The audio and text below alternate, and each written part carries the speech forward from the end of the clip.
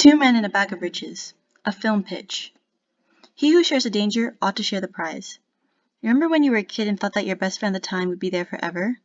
Then as soon as something remotely devious happens and the water got too hot, that same friend threw you under the bus so they wouldn't be the one to get in trouble?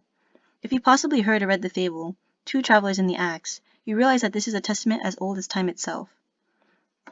Usually audiences nowadays throw money at big blockbusters where the main plots of the movie are grand heists planned by extremely clever protagonists who are always a step ahead of the game till it all falls apart. Like Ocean's 11, La Casa de Papel, which is also known as Money Heist in the US, and Baby Driver. Combined, Ocean's 11 and Baby Driver accumulated $677.6 million in the box office, while La Casa de Papel has a projection to draw in 65 million Netflix member accounts choosing to see at least 2 minutes of showtime.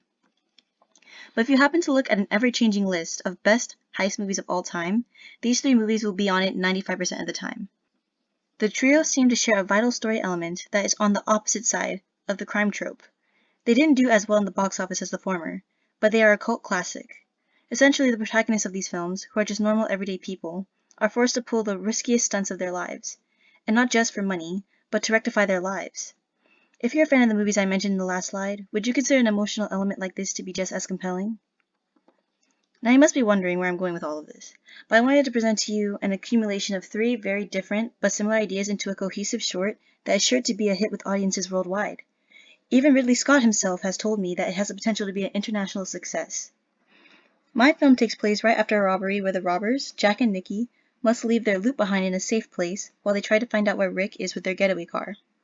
Two young men, Liam and Benji, who are from the rough side of the neighborhood, are walking past and see the bag in an alleyway. Liam goes to check the bag out of curiosity and finds the money inside. He calls Benji over to let him know what he found, and Benji tells him that he shouldn't say I, but that he should say we found it, and that they should share the loot because they've been friends since birth. Liam agrees, but then the camera cuts to the robbers, who suddenly stop.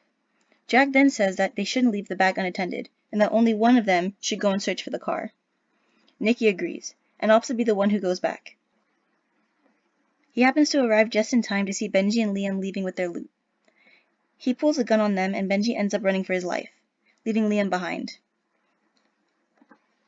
He who shares the danger ought to share the prize is a testament as old as time. Thanks for listening.